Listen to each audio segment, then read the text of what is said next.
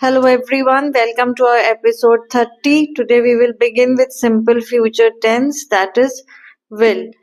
We use will when we talk about the future. Future can be tomorrow, later today, or even 10 minutes later. Example, I will go to school, I will eat lunch in the afternoon at 2 p.m. Important point है will सबके साथ use होता है I, you, we, they, he, she, it.